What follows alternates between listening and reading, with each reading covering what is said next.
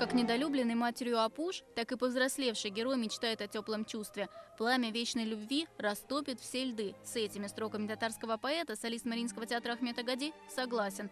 Нежный, ранимый, сильный, всегда разный. Его Тукай убеждает, соглашаются критики.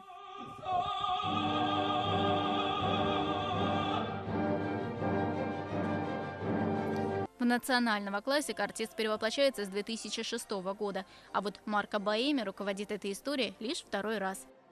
Мне, как итальянцу, эта музыка близка и понятна. В ней есть ностальгические, меланхолические нотки и радость. Это приближает ее к итальянской. Музыка не однообразная.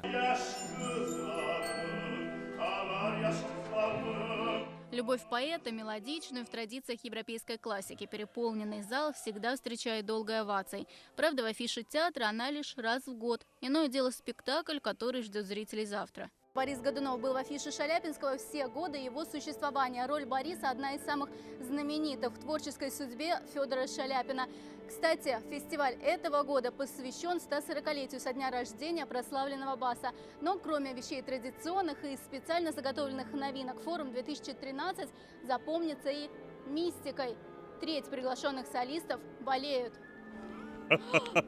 Владимир, напугали. Кстати, о мистике. Вы поете Азраила уже 7 лет. И не страшно играть ангела смерти? Ну, как бы хорошо, я не играл дьявола. Я никогда не стану дьяволом, Газраилем. Все это условно, и наша задача только напомнить о том, что есть добро и зло. На фестивале добра, конечно, больше. Приглашенные солисты, хотя и температурят, и график, говорят, безумный, улыбаются. Атмосфера здесь очень теплая. Маргарита Петрова, Андрей Корсинский, ТНВ, Казань.